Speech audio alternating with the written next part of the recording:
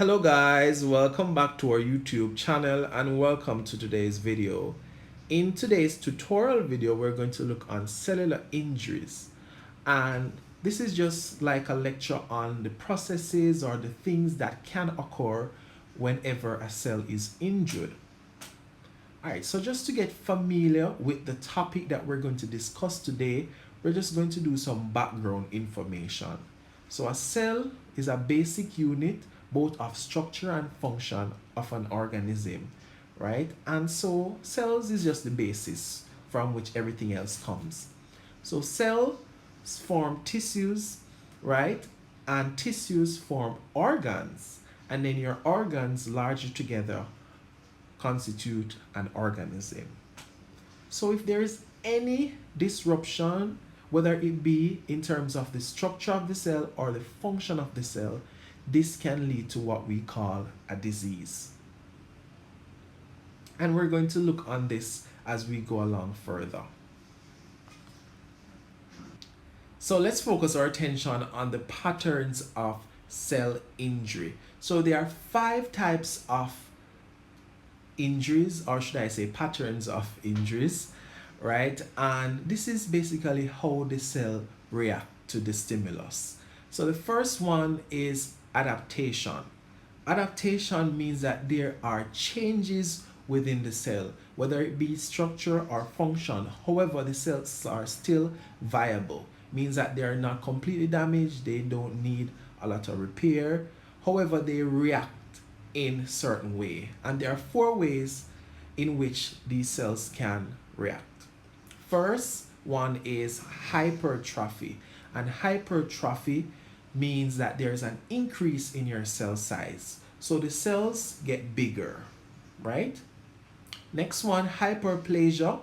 It means that there is division of the cells and the cells increase in number. So hyper means that there is an increase, plasia is number, and trophy is size. All right, so there's also another change that occurs which affect the size and function of the cell. This time is not an increase in the size but a decrease in both size and function, and this term is called atrophy. And the last one that we're going to focus on is metaplasia. And metaplasia is just the conversion of one cell type to another cell type or a different cell type. Okay, so hypertrophy and hyperplasia are the usual response when there is like an external stimulus that is causing the injury, or there is an increase in functional demand, right? So the cell need to work more, right, and do more activity. Atrophy occurs when there is like a reduction in nutritional supply or growth factors, right? So you're not getting enough nutrients, right, or the growth factors are not there in order for the cells to grow, and so the cells reduce in size. And if it doesn't have the sorry about that, guys. So I was saying that if there isn't enough nutrients, then you won't expect the cell to grow and function as how it normally would. All right, the last one is metaplasia, and this occurs when there is some changes in the environment, and it's usually for cell survival. So there's increase in pH or things like that. So if the limits of adaptive response are exceeded, then we expect cellular injury. So the next type of injury or pattern of cell injury is a reversible injury. And reversible, as the name suggests, it means that it can be undone, right? It can resume to its normal state. However, there are morphological changes that occurs in this type of injury, and there are 2 major morphological changes.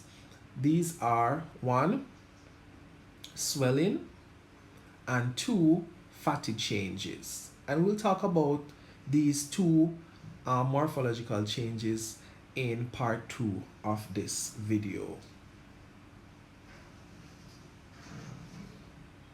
All right, so that's the second type of injury. The third type of injury, we're just going to look on it right now. It's called the irreversible injury, right?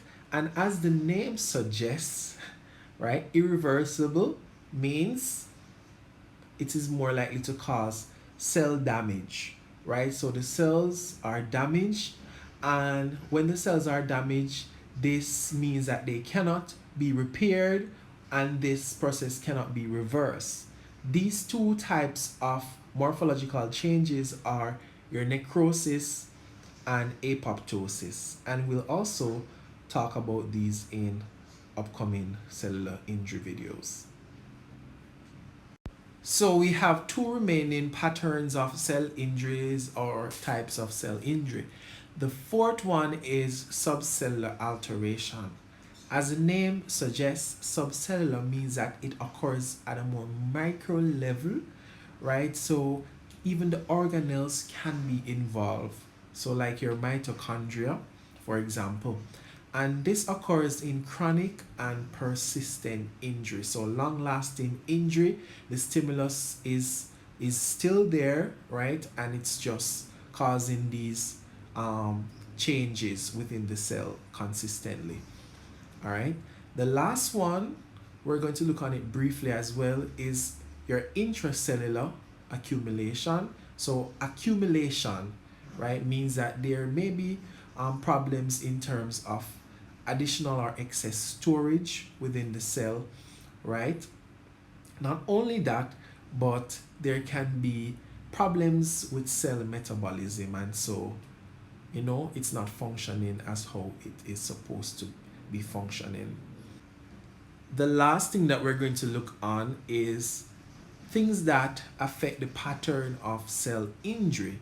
So the patterns of cell injury is dependent on four things, or should I say four major things. The first one is the type of injury. Is this a physical injury? Is this a chemical injury? Is it hypoxia? This will determine how the cell will react to it. Duration. Is it just an acute stimulus? Is the stimulus persistent and chronic? Right? Because this means that it will go to the subcellular level, cause subcellular alteration in your organelles and things like that. Cell's adaptability. Is the cell able to control this, right? Just by using adaptation, right? And remember, adaptation is just like your hypertrophy, your hyperplasia, your atrophy, and your metaplasia. However, if the injury exceeds the cell's adaptation response, then it is more likely to cause a cellular injury. The last thing is the severity of the stimulus. The severity of the stimulus will determine if the injury is reversible or if it's irreversible, right? Means it can return to its normal state or not. Okay, so in part 2, we'll talk more about cellular injury. So see you in the next one. All right, bye, take care.